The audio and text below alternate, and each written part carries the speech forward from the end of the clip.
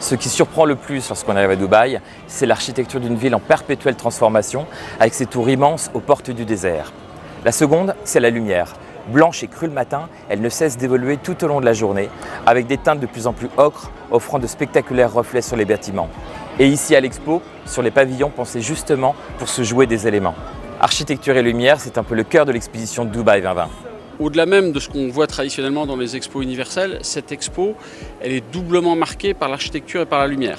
Par l'architecture parce que c'est une exposition consacrée à la ville intelligente, ville durable, l'architecture évidemment au cœur du sujet. La lumière parce que traditionnellement le Moyen-Orient joue beaucoup, notamment sur les contrastes de lumière, sur la vie nocturne qui est très lumineuse. On a sur notre pavillon notamment une production solaire, l'ensemble de la toiture et de la façade arrière qui est orientée au sud du pavillon est couverte de tuiles solaires. Et donc on produit de la lumière et puis évidemment on la diffuse aussi dans cette mise en lumière à la fois de jour et de nuit.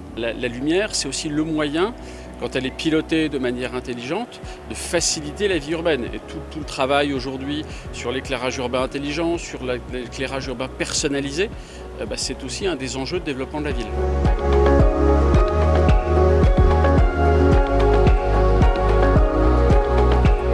En effet, la lumière a toujours été une source d'inspiration pour l'homme. On pense bien sûr au siècle des Lumières et la célèbre encyclopédie de Diderot et d'Alembert, dont on trouve d'ailleurs ici les originaux. Et ce partage des connaissances du savoir, c'est précisément l'esprit des expositions universelles depuis leur toute première édition.